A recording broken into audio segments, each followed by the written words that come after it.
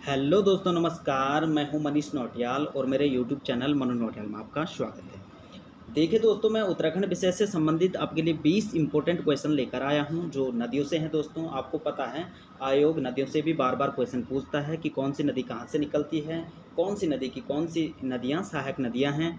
तो देखिए दोस्तों, इसी प्रकार से मैं आपके लिए अच्छे अच्छे क्वेश्चन लेकर आया हूँ जो परीक्षा की दृष्टि से बहुत महत्वपूर्ण हैं। इसमें देखिए दोस्तों, जो भी एक्स्ट्रा फैक्ट बनेंगे मैं आपको बताने की कोशिश करूंगा। तो ज़्यादा देर न करते हुए हम बढ़ते हैं फर्स्ट क्वेश्चन की ओर। देखिए दोस्तों, आज का जो पहला क्वेश्चन है, सुखरो नदी जिसकी रिगरी स्रोत सहायक नदी है, यह कहाँ से निकलती है। अब देखिए दोस्तों, सुखरो एक नदी है जिसकी सहायक नदी कौन सी है, रिगरी स्रोत है। और यह कहाँ से निकलती है, आपके पास ऑप्शन है रामडी श्रेणी, गागर से, रंगा डांडा से, या इनमें से कोई नहीं। तो देखिए दोस्तों, आपका राइट आंसर हो जाएगा रामडी श्रेणी से। बढ़ते हैं नेक्स्ट क्वेश्चन की ओर। सियालगाड़ तथा चौंडली स्रोत किसकी सहायक नदियां हैं। आपके पास ऑप्शन है लंगूरगाड़, बौर नदी, मालिनी नदी, या रवासन नदी। अब देखिए दोस्तों, आपके पास राइट आंसर हो जाएगा मालिनी नदी। मालिनी नदी की कौन कौन सी है दोस्तों, सियालगाड़ तथा चौंडली स्रोत क्या है, इसकी सहायक नदियां हैं। आपको परीक्षा में पूछा भी जा सकता है दोस्तों, ठीक है। लंगूरगाड़ दोस्तों, ये खो नदी का है लंगूरगाड़, और सिलगाड़ किसकी है, खो नदी का है लंगूरगाड़, और सिलगाड़ किसका है, खो नदी का है। सहायक नदियाँ नोट करिएगा। बौर नदी दोस्तों, बौर नदी की क्या है, लोअंत और तिलोर गदेरा है दोस्तों। रवासन नदी दोस्तों खेर पोखरी डांडा से निकलती है, नोट करिएगा, खेर पोखरी डांडा से। बढ़ते हैं नेक्स्ट क्वेश्चन की ओर।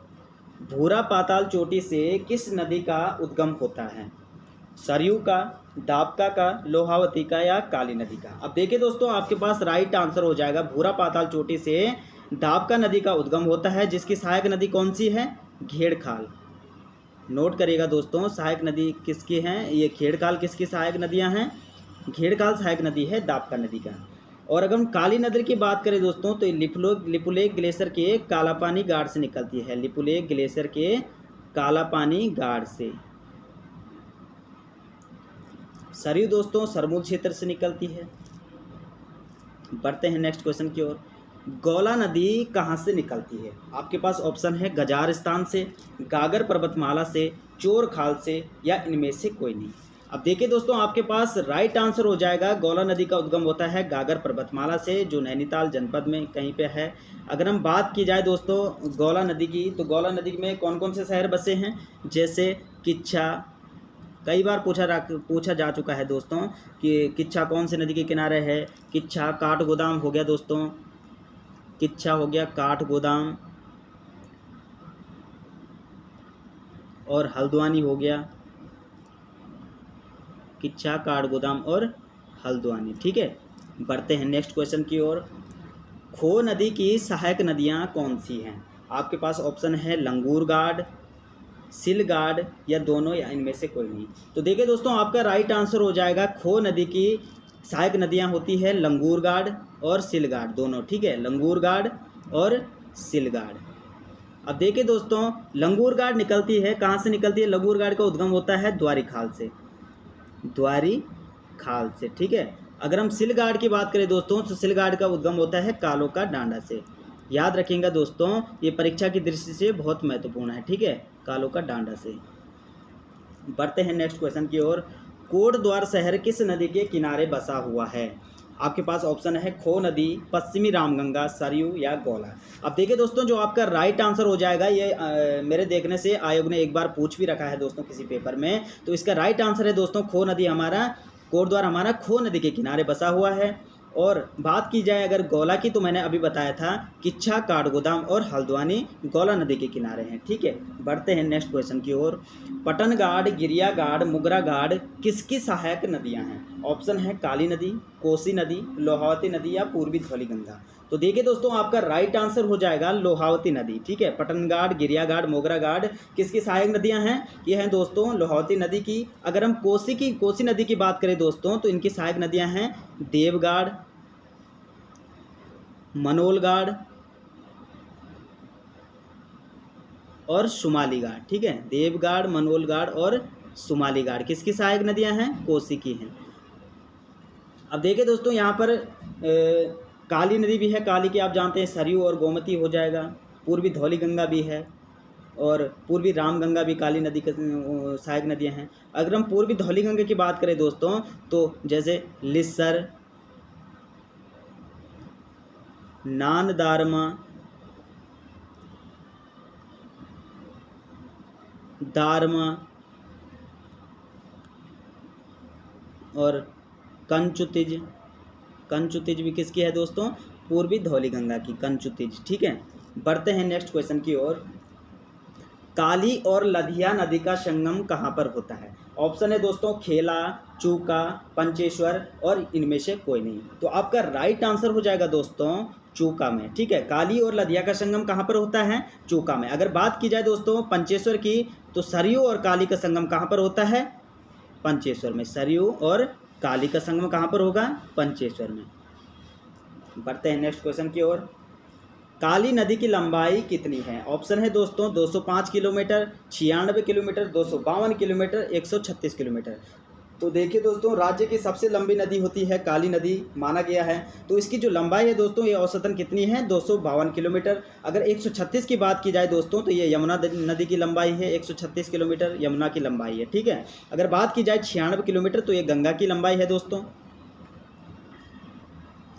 ठीक है, अगर बात की जाए दोस्तों, यहाँ पर 205 किलोमीटर भी लिखा है, तो 205 किलोमीटर है दोस्तों भागीरथी की लंबाई। भागीरथी कहाँ से निकलता था? हमने पिछली वीडियो नहीं देखी है आपने, अगर तो देख सकते हैं। भागीरथी हमारी कहाँ से निकलती है? गौमुख से निकलती है। गौमुख से में देवप्रयाग में अपना संगम किससे बनाती है? अलकनंदा से। तो वहाँ पर जब ये भागीरथी नाम से गौमुख से जाती है दोस्तों, तब तो ये 205 किलोमीटर की है। और उसके बाद जब अलकनंदा नदी से ये संगम बना देती है, तो उसके बाद ये गंगा नदी के नाम से जानी जाती है और 96 किलोमीटर का सफ़र तय करती है। ठीक है, बढ़ते हैं नेक्स्ट क्वेश्चन की ओर दोस्तों। 10वां क्वेश्चन है दोस्तों, कैंची धाम कहाँ स्थित है? ये दोस्तों बहुत इंपॉर्टेंट है, कई बार पूछा भी रखा है दोस्तों। और देखिए दोस्तों, अब ये 10वां क्वेश्चन है, कैंची धाम कहाँ स्थित है? आपके पास ऑप्शन है बागेश्वर, चंपावत, नैनीताल या इनमें से कोई नहीं। तो देखिए दोस्तों, आपका राइट आंसर हो जाएगा दोस्तों नैनीताल। इसकी स्थापना 1964 में होती है दोस्तों। किसने करी थी? नीम करोली बाबा ने। ठीक है, नीम करोली बाबा ने। और दोस्तों सबसे इम्पोर्टेंट जो इसमें फैक्ट है, ये कहा जाता है दोस्तों कैंची धाम किसको समर्पित है? तो दोस्तों ये हनुमान को समर्पित है। ठीक है, हनुमान जी को। काफ़ी इंपॉर्टेंट है, नोट करिएगा। बढ़ते हैं नेक्स्ट क्वेश्चन की ओर। रवासन नदी कहाँ से निकलती है? अब देखिए दोस्तों, रवासन नदी कहाँ से निकलती है? खेर पोखरी डांडा से, गजार क्षेत्र से, कुनकुल श्रेणी से या इनमें से कोई नहीं। अब देखिए दोस्तों, आपका राइट आंसर हो जाएगा खेर पोखरी डांडा से रवासन नदी का उद्गम होता है। बढ़ते हैं नेक्स्ट क्वेश्चन की ओर।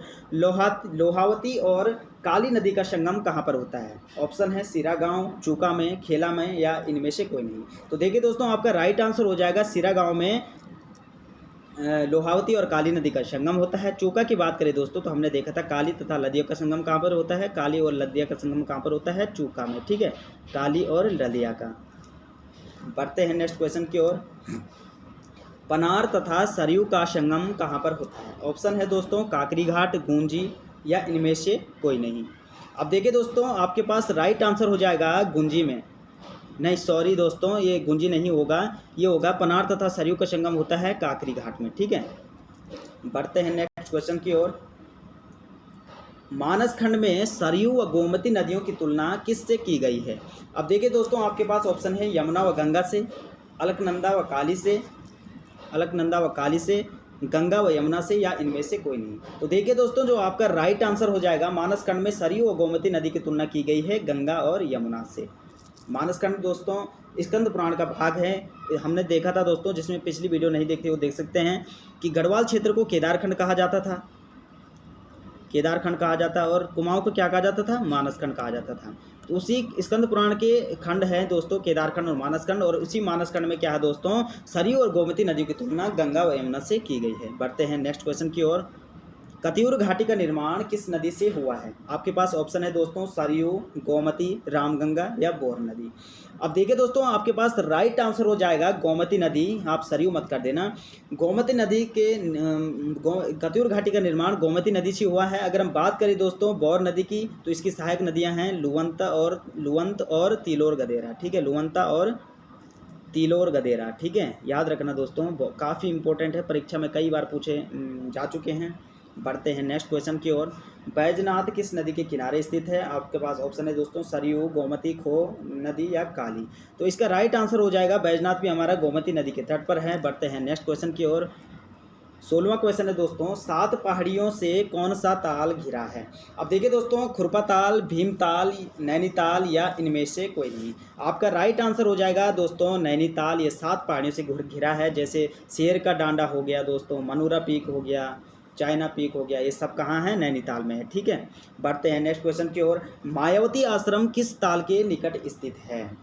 देखिए दोस्तों, मायावती आश्रम विवेकानंद जी का है और आपके पास ऑप्शन है भीमताल, गरुड़ताल, नैनीताल या श्यामताल। तो देखिए दोस्तों, ये चंपावत जनपद में है और आपका राइट आंसर हो जाएगा श्यामला ताल, जो चंपावत में है। ठीक है, चंपावत में। बढ़ते हैं नेक्स्ट क्वेश्चन की ओर। 18वां क्वेश्चन है दोस्तों, अमृत गंगा, गरुड़ गंगा तथा कंचन गंगा किसकी सहायक नदियां हैं? अब देखिए दोस्तों, आपके पास ऑप्शन है काली नदी, भागीरथी, अलकनंदा या रामगंगा। तो आपका राइट आंसर हो जाएगा दोस्तों अलकनंदा की सहायक नदियां हैं अमृत गंगा, गरुड़ गंगा और कंचन गंगा। काफ़ी इंपॉर्टेंट है दोस्तों। बढ़ते हैं नेक्स्ट क्वेश्चन की ओर। स्थानीय लोगों के अनुसार यमुना का उद्गम कहाँ से होता था? अब देखिए दोस्तों, आपके पास ऑप्शन है Bandarpunch glacier, Yamunotri glacier, Champasar glacier या कालिंदी से। तो देखिए दोस्तों, इसका राइट आंसर हो जाएगा स्थानीय लोगों ने के अनुसार यमुना का उद्गम होता है चंपासर ग्लेशियर से। राइट आंसर यही है। अगर हम बात की जाए गंगोत्री ग्लेशियर, बंदरपूंछ ग्लेशियर और यमुनोत्री ग्लेशियर से, तो भूगोल वेताओं के अनुसार है दोस्तों। भूगोल वेताओं के अनुसार क्या है कि इसका यमुना का उद्गम कहाँ से होता है? बंदरपूंछ ग्लेशियर और यमुनोत्री ग्लेशियर। अगर बात की जाए दोस्तों कालिंदी से, तो महाभारत के अनुसार क्या है दोस्तों? कालिंदी से कहा गया है कि यमुना का उद्गम होता है कालिंदी से। बढ़ते हैं नेक्स्ट क्वेश्चन की ओर। कालिंदी, सूर्यतनिया, यमी, आसित किस नदी के अन्य नाम है? ठीक है, तो आपके पास ऑप्शन है दोस्तों अलकनंदा, यमुना, गंगा या काली। अब देखिए दोस्तों, आपका राइट आंसर हो जाएगा यमुना। यमुना का अन्य नाम क्या है? कालिंदी, सूर्यतनिया, कालिंदी, यमी, आसित किसके अन्य नाम है? यमुना के अन्य नाम हैं। तो देखिए दोस्तों, मिलते हैं नेक्स्ट वीडियो में। आपके लिए मैं इसी प्रकार से अच्छे क्वेश्चन लेकर आऊँगा जो परीक्षा की दृष्टि से बहुत महत्वपूर्ण होंगे।